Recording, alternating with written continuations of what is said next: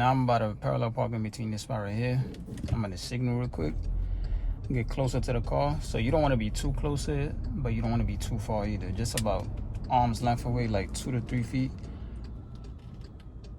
And align the back bumpers, right? So this how it look distance-wise. Now put it in reverse. You can put on the hazard lights if you want. I'll put it on. So now I'm turning one full turn to the right. A couple of people was a little confused. They thought I was doing it too quick. So all you're doing is just one turn like this. And that's it. And hold it like this. Check behind. Check your mirror blind spot. And start reversing when it's safe to go. So while you're reversing, you want to make sure you're checking back. You're controlling that brake. And you're checking this side mirror as well.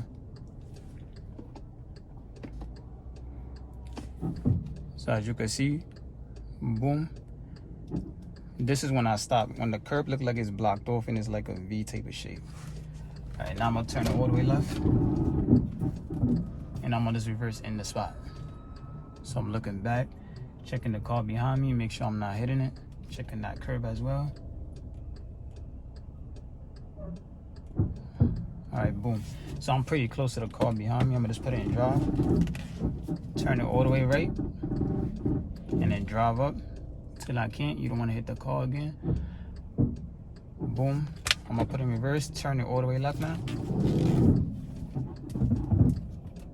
And just let it straighten out. Boom. So now to straighten out the wheels, put it in drive. Boom. Now put it in park. And that's how you park it.